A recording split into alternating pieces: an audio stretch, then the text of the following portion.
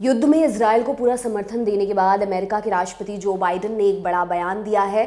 Biden ने कहा है कि गाजा पट्टी पर कब्जा करना इजरायल की एक बड़ी गलती होगी। उन्होंने अमेरिकी न्यूज़ और रेडियो चैनल CBS को दिए एक इंटरव्यू में ये बात कही। बाइडेन से पूछा गया कि वे गाजा पर इजरायल के कब्जा करने से सहमत हैं, तो उन्होंने कहा, मुझे लगता है ये एक बड़ी गलती होगी। मेरे विचार में गाजा में जो हुआ वो हमास के कारण हुआ। हमास के चरमपंथी सभी फिलिस्तीनियों का प्रतिनिधित्व नहीं करते हैं। मुझे लगता है कि इजरायल के लिए गाजा पर दोबारा कब्जा करना एक बड़ी गलती होगी।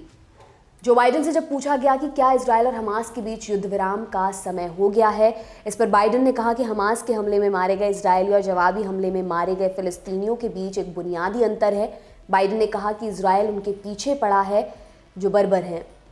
उनकी बर्बरता नरसंहार के बराबर है। इसके चलते मुझे लगता है कि इजरायल को जवाब देना ही था। उन्हें हमास के पीछे जाना ही होगा। हमास कायरों का समूह है, वे नागरिकों के पीछे छिपे हुए हैं। अंतर्राष्ट्रीय मीडिया रिपोर्ट्स के मुताबिक दूसरी तरफ संयुक्त राष्ट्र और अमेरिका में इजरायल के राजदूतों गिलाड एर्दान और माइकल हर्जोग ने कहा कि उनके देश को गाजा पर कब्जा करने में कोई दिलचस्पी नहीं है। हर्जोग ने कहा कि हमारी गाजा पर कब्जा या दोबारा कब्जा करने की कोई इच्छा नहीं है, न हम 20 लाख से ज़्यादा फिलिस्तीनियों के जीवन पर शासन करना चाहते हैं।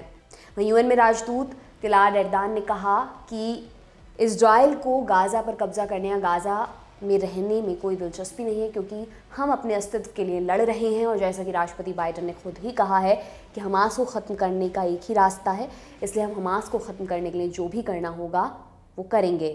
दूसरी ओर UN के रेजिडेंट कोऑर्डिनेटर और कब्जे वाले फिलिस्तीन के ह्यूमैनिटेरियन कोऑर्डिनेटर लिन हेस्टिंग्स ने कहा कि इजरायल गाजा को नष्ट करने के रास्ते पर है।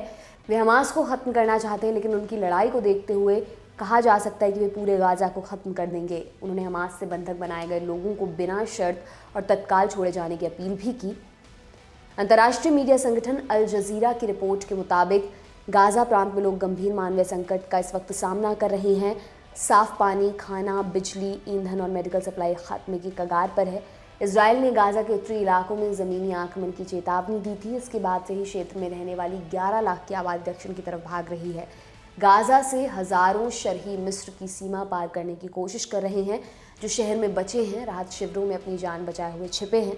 प्रांत का सबसे बड़ा अस्पताल एक रिलीफ सेंटर बन गया है, जिसमें 35,000 लोग छिपने के लिए मजबूर हैं। इजरायली सेना ने हमास कमांडर की हत्या कर दी है, जिसने देश में घुसपैठ कर घातक हमला किया था। सेना के मुताबिक जंग शुरू होने के बाद से 279 सैनिक मारे जा चुके हैं और 126 सैनिकों का अपहरण कर लिया गया है।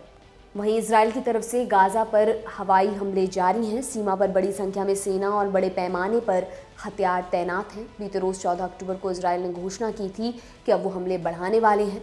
हवा, समुद्र और ज़मीन के जरिए हमले की योजना बना रहे हैं। हालिया स्थिति ये है कि लेबनान की एंटी टैंक फायरिंग में एक व्यक्ति की मृत्यु हो गई। इसके बाद इजरायली सेना ने सीमा पर 4 किलोमीटर का बफर जोन बना दिया है। गाजा की तरफ से ईरान ने इजरायल को युद्ध अपराध रोकने की चेतावनी दी है। कहा, समय रहते रुक जाओ वरना बड़ा भूकंप आएगा। आपके लिए तमाम जानकारी जुटाई है हमारी साथी प्रज्ञा ने। मेरा नाम दिव्यांशी सुमराव है। आप देखते रहिए दी लंदन टॉप। शुक्रिया।